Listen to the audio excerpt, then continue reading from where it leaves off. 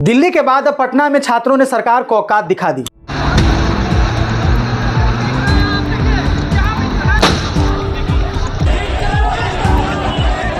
Police ने खूब जोर लगाया, पुलिस ने खूब लाठीचार्ज किया, जितना ताकत लगाना उतना ताकत पुलिस ने लगाया। वाटर कैनन का इस्तेमाल किया गया, आंसू गैस तक छोड़ा गया, लेकिन फिर भी पटना के छात्र पुलिस के सामने शेर के जैसा डटे रहे और कहा कि आपको जितना ताकत लगाना है लगा लीजिए, हम पीछे हटने वाले नहीं हैं।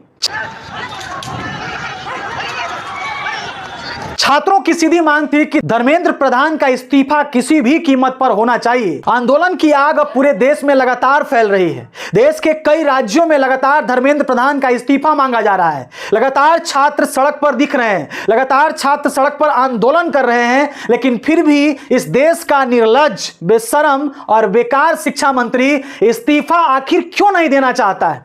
आखिर इस सरकार के अंदर अकाउंटेबिलिटी क्यों नहीं है? क्या आपको नहीं लगता है कि इस सरकार के घमंड को इस देश का छात्र चूर चूर कर देगा? इसमें कोई डाउट नहीं है कि सरकार बैक फुट पर आ चुकी है। सरकार इन दिनों टेंशन में है। सरकार को समझ नहीं आ रहा है कि इन लोगों से हम कैसे डील करें। दिल्ली में आपने देखा किस तरीके से जो छात्र हैं वो सरकार के नाक तक पहुंच गए थे। ये देखिए लाठीचार्ज हो गया है, लाठीचार्ज। किस तरीके से देश के प्रधानमंत्री को, देश के महामानव को संसद भवन के पिछले गेट से भागना पड़ा था। ये लोग छात्रों के साथ मारपीट करेंगे, ये लोग छात्रों के साथ अत्याचार करेंगे, लेकिन धर्मेंद्र प्रधान का इस्तीफा नहीं दिलवाएंगे। ये अपना रिकॉर्ड नहीं तोड़ना चाहते हैं, क्योंकि लगभग 12 साल इस सरकार के हो गए। इन सरकार ने बहुत अत्याचार किया, बहुत छात्रों के साथ गुनाह किया, किसानों के साथ अन्याय किया, लेकिन फिर भी इसके एक मंत्री ने भी इस्तीफा तक नहीं दिया। इस आंदोलन के दौरान लगातार मुख्य धारा के मीडिया पर हमले हो रहे हैं। लगातार छात्र मुख्य धारा की मीडिया का विरोध कर रहे हैं और लगातार जैसे ही छात्र मेन स्ट्रीम के मीडिया को देखते हैं वैसे ही लगातार गोदी मीडिया के नारे लगाना शुरू कर देते हैं।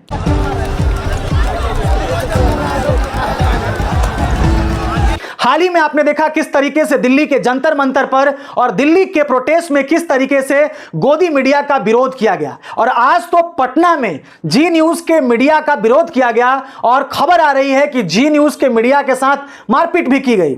इंडिया टीवी के पत्रकार भी आज सड़क पर फंस गए थे। लेकिन आप जानते हैं कि इसका सबसे बड़ा गुनहगार कौन है? आखिर मेन स्ट्रीम मीडिया पर हमला क्यों हो रहा है? आखिर सोशल मीडिया पर हमला क्यों नहीं हो रहा है? मेन स्ट्रीम मीडिया को ही टारगेट क्यों किया जा रहा है? इसके पीछे एक ही कारण है और वो है दिल्ली में बैठी गोदी मीडिया। कॉकरोच छाप साजिश के पीछे चीनी कनेक्शन सामने आया। स्टूडियो में बैठकर जहर उगलने वाली गोदी मीडिया। और आपको पता है किस तरीके से ये लोग 8 बजे रात में सुपारी लेकर के आते हैं, 9 बजे रात में सुपारी लेकर के आते हैं और इस देश के छात्रों का रिलेशन कभी चाइना से जोड़ देते हैं, तो कभी कभी छात्र के आंदोलन को पाकिस्तान से जोड़ दिया जाता है, तो कभी कभी छात्र के आंदोलन को अमेरिका से जोड़ दिया जाता है और कहा जाता है कि इन छात्रों को अमेरिका से फंडिंग की जा रही है। कभी कहा जाता है कि इन छात्रों को चाइना से फंडिंग की जा रही है और कभी कभी कहा जाता है कि इन छात्रों को पाकिस्तान से फंडिंग की जा रही है। और यही सबसे बड़ा कारण है कि लगातार मेन स्ट्रीम मीडिया के ऊपर आज सड़क पर हमले हो रहे हैं। ये जो छात्र है गोदी मीडिया, अब वो दिन दूर नहीं है कि मेन स्ट्रीम मीडिया के जो ग्राउंड रिपोर्टर हैं वो कहेंगे कि मैं नौकरी छोड़ दूंगा लेकिन छात्रों का आंदोलन कवर नहीं करने जाऊंगा।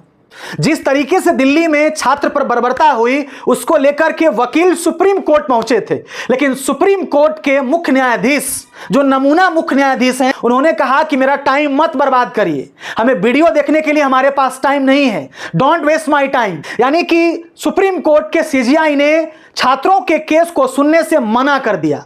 आप सोच कर देखिए कि कितना आखिर चीफ जस्टिस ऑफ इंडिया के मन में कुंठा भरा हुआ है। चीफ जस्टिस ऑफ इंडिया के मन में कितना छात्रों के लिए दुश्मनी है। देश की सरकार तो छात्र से नफरत करते ही करते हैं, सुप्रीम कोर्ट के सीजीआई भी देश के छात्रों से मुझे लगता है कि नफरत करने लगे हैं और बस कारण यही है कि वो वीडियो नहीं देखना चाहते थे और उस केस को सुनना नहीं चाहते थे, क्योंकि ये वही सीजीआई हैं जिन्होंने छात्रों को कॉकरोच कहा था और उन लोगों को तेलचट्टा कह के बुलाया था और इसी सीजीआई की वजह से इस देश में कॉकरोच जनता पार्टी बनी है।